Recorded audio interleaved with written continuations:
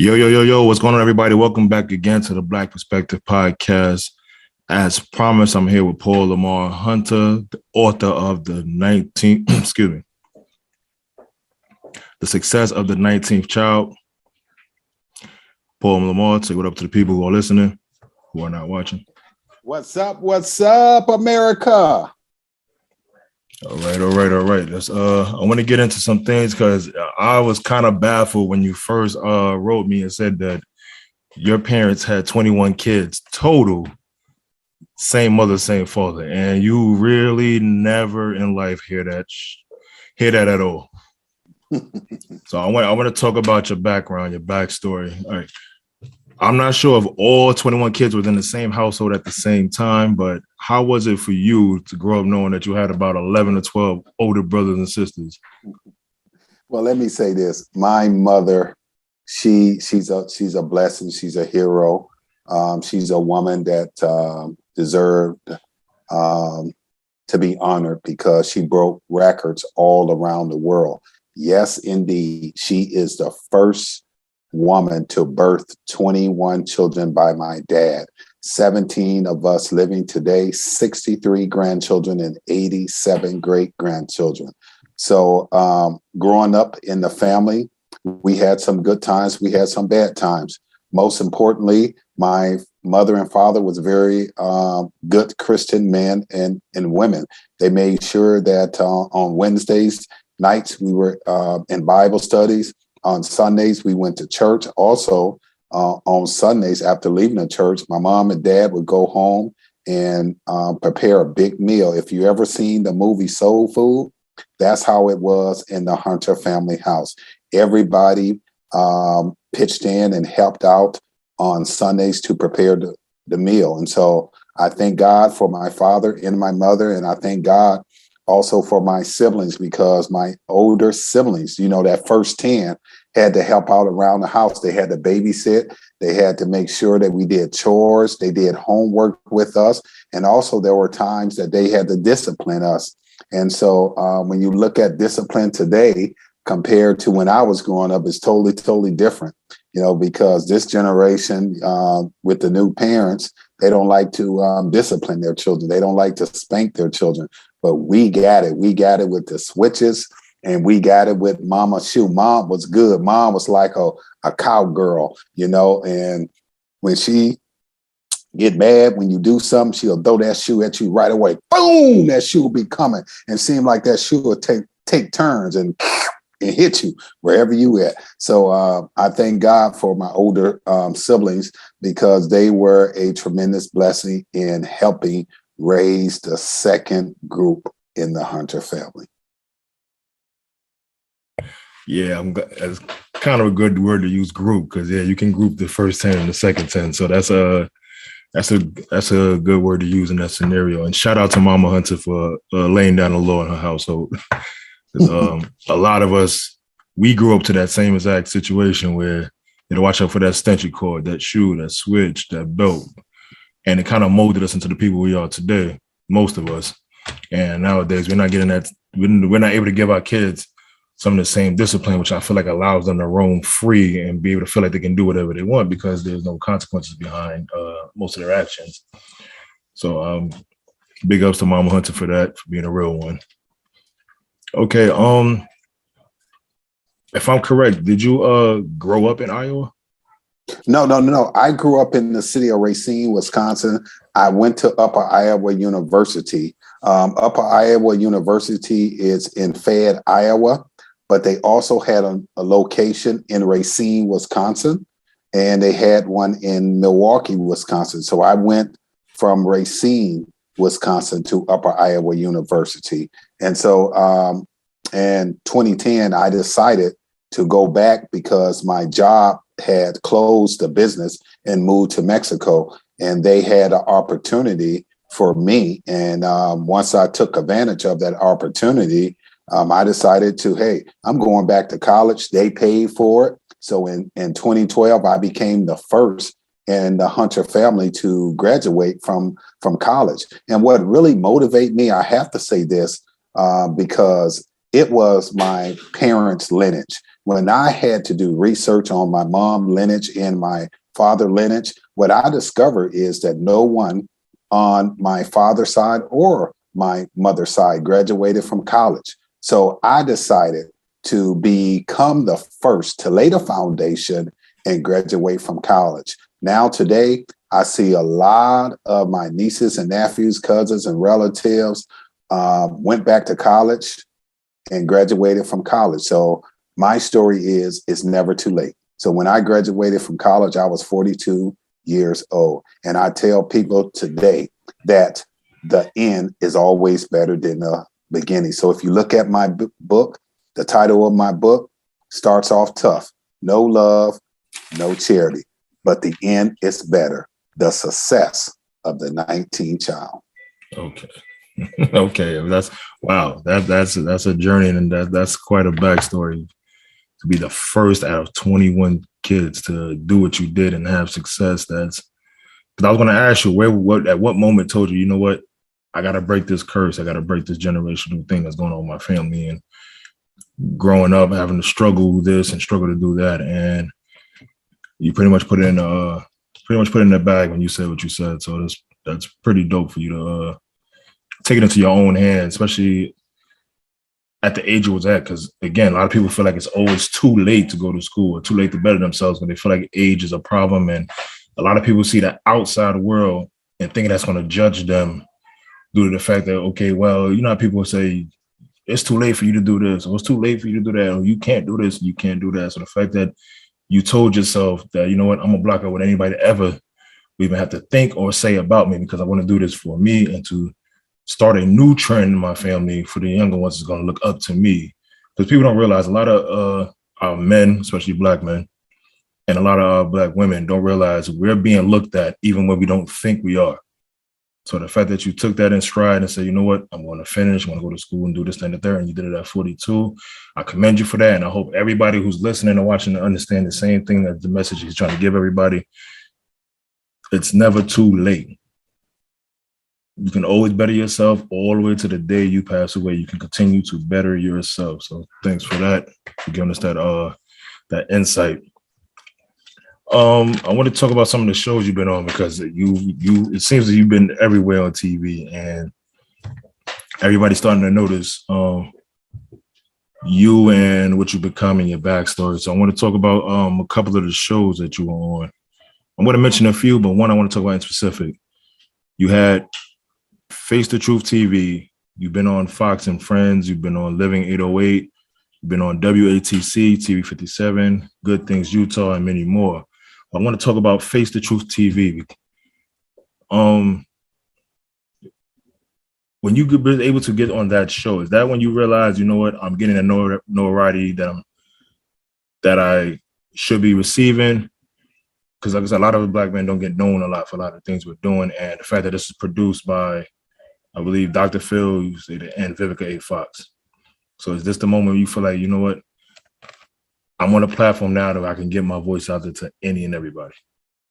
Well, it's true, because I had pitched the story to the producers of Face the Truth. It's interesting because I called the secretary, spoke with the secretary, told the secretary who I was, and immediately she couldn't believe that she was on the phone talking to me, because I told her to go to my website. She went to my website and she couldn't believe that she was talking to me. And what took her by surprise, that my mother birthed 21 children by my dad. And it's uncommon in these days, because in these days you got men have multiple kids by different women, or women have multiple kids by different fathers. And so she immediately got me on the phone with one of the executive producers. And so as I was talking to one of the executive producers, he was taken aback as well. And also he was giving me his email address. And he was telling me, this is what I need from you. He said, I need history of all the local shows that you have been on, all the newspaper publications and magazine publications links sent to me so that way I can present it. And I can say, ever since I graduated from college in 2012, I was building momentum for that particular day.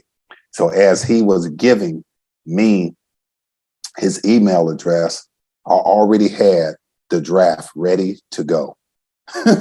So I got his email address. We still talking on the phone, and I email him everything. The man could not believe it that I was prepared for this moment.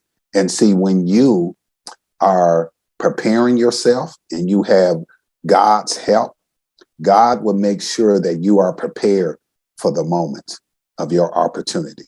So when the moment of my opportunity came, I took advantage of it. So young people that's listening to this interview, get prepared for your opportunity. And when it comes, walk through the door very confident and walk through that door in owning your position or title. And so they brought me on. They brought some of my siblings on. And it's a show about drama. And my book is about drama. But at the end of my book, it's about victory. And so that's what a lot of people discover. If you watch the video of Vivica A. Fox, they said some things that I said in my book, which was true, but they did not explain the good parts of what I said. So when you on TV, you have to understand when you're dealing with shows that are built on drama to catch the viewers or to captivate the viewers, they're going to bring up drama. And people are going to say, oh, I got to tune in. I have to tune in to watch this segment. And so that's what they did. And that was the highest ratings ever, was my story. And so, I say this is because, it was a good show. But they just didn't highlight the good parts. And I remember after doing that show, and once the show was broadcast all over the world, I got a call from a psychologist. He emailed me first, then he called me, and I returned the phone call. And he just wanted to give me a lot of respect by telling me that I did a good job in the interview, and I held my own in that interview. And he knew what the women was trying to do is to rattle me, but I stayed calm and collective, and I handled myself as a professional. And he just wanted to commend me for handling the interview. But like I say, that they said some bad things that I said in the book.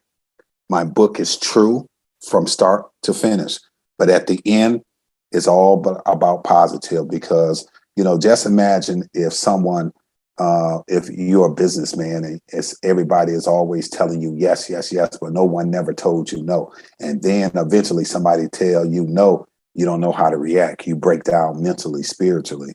And so I was glad to have those difficult times in my life, because it built character in me. It built honesty in me. And so it made me who I am today. And that's why I cannot go back to the old lifestyle. I cannot go back to the old mindset. I'm a very positive person. And I'm going to continue to say that the end is always better than the beginning. Okay. Wow, that was deep. I want you to explain something for the people who haven't really read your book, people who don't know you as yet, because this might be the first time they see you. So on the show, you said Vivica said all the negative things I was correct, but on my platform, I like to talk about positive shit. Let's be real. Yes. So I want you to explain to people the things that Vivica was reiterating that was correct, but I also want you to tell them the parts that they did not bring up, the positive segments of the book that they should look out for. I don't want you to tell them the whole thing about the book, because I want people to go buy the book. That's what we want. So just give them a little snippet of the bad thing that was said, but the good stuff that was also not mentioned as well. What they brought up is that I had indicated in my book, which I did, that a lot of my siblings was on drugs and alcohol. and a lot of them went to prison and jail.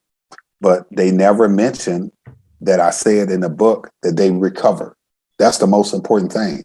You're always going to have setbacks, but you also learn to turn your setback into a comeback. And so, they did not tell the story how my siblings had turned a setback into a comeback. And so they did not tell how I described my siblings' personalities as introvert, ambivert, and extrovert. They never mention that, because they are a show about drama. And so my siblings know that my book is filled with 75% of good, positive things that I said about them. And I love my siblings. I love my mom. I love my dad. But, I had to speak truth. And when you're dealing with a big family, people think there's no drama. Yes, there is drama in a big family. It's no different than a family or two, or three or four. Yes, we had some debates. Yes, we had some physical fights, but we all loved each other. Yes, we had some difficult times. Yes, we did not. At times, we did not experience a great Christmas, a great Thanksgiving, but we managed to do the best thing possible at that moment. And I have to say this because I remember a time when we didn't have any toys or Christmas gifts or a Christmas tree. And the people in the community is totally different from today. They used to always come to the Hunter family aid when we was in trouble. They would knock on that door and leave gifts there and run in their car and took off. So it was unexpected people that will always come to our aid when we needed help. And I thank God for those people. I thank God for the church. I thank God for community activists was always there for us when we were in need. Okay. Yeah, I can totally agree. I think society then and now has did a full 180 when it comes to helping the next man or helping the next family. We don't really have those communities no more where we see one that's in trouble or somebody who's going through hard times and we tell ourselves, let's go help them out out of the kindness of our heart. Nowadays, everybody feels like, what, you have an issue to deal with, you deal with yourself. We're not going to help you with this. We mind our business to send a third. And a lot of times you need that help from other people sometimes when you know that there's still good people in the world that is willing to give a helping hand when they whenever they can. So I'm pretty glad. I'm glad you put that in your book because a lot of people, like I said, we're so attracted to drama. Whenever we see drama and bad things, everybody has their eyes on it. You tell something positive, people tend to want to look away or let it go in one ear and out the other. So I'm kind of glad for people who watch my show that there's positivity to every negative. So the fact that your family made turn that issue into a comeback, kudos to them. Shout out to the Hunter family for those who were, especially for those who were in the situation of the drinking and the drugs and things of that nature. So that's pretty good. Are you doing any youth movements, any community work where you're at? Right now, I have been because of the pandemic. It really had hindered me. But once the pandemic is over, I will be back out in the community. I love the Boys and Girls Club. I will be back dealing with the Boys and Girls Club, big brothers and sisters, dealing with at-risk youth. I'll be out there teaching and dispersing positive thoughts and trying to encourage, inspire, and entertain and educate them to let them know that it's not how you start, it's how you finish. Okay. I want to speak about our community in particular, the Black community, because we seem to let pride and egos and things of that nature get in the way of all of our success that we can do as one. But the one thing that's in our community that we're not speaking about that has a toll on it is mental health. So I would like to know, what are your thoughts when it comes to mental health and what advice can you give to the people of our community? I think mental health is very important. I think that people in the Black community need to address mental health issues. When I was growing up, I'm 51 years old, we were told to never talk to a psychologist or a shrink. Now today, it's the best thing for people to do if you have mental issues. You need to get help. You really do. There's a lot of issues that are affecting the Black community, and you should not be afraid to go out and get the resources that are available out in the community. And there are some times where people don't know where to go. But what you can do, and I'm telling your listeners, they can call 211.